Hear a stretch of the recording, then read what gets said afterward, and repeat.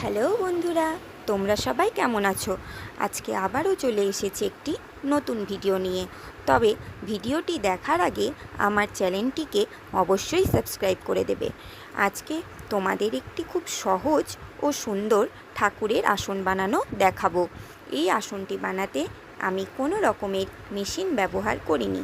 সম্পূর্ণ আসনটি আমি করেছি হাতে সেলাই করে।